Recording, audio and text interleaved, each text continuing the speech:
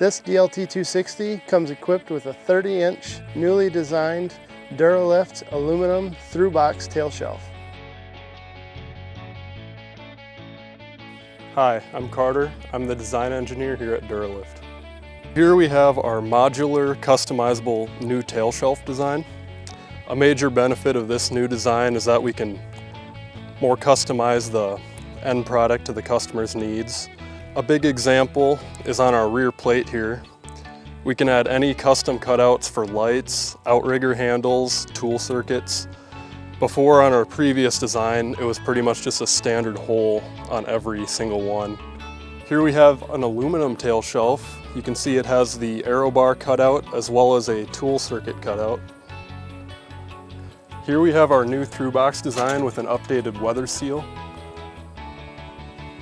We have also updated our step assembly, so it has this fall through design for any snow or ice, as well as heavy grip strut for improved traction.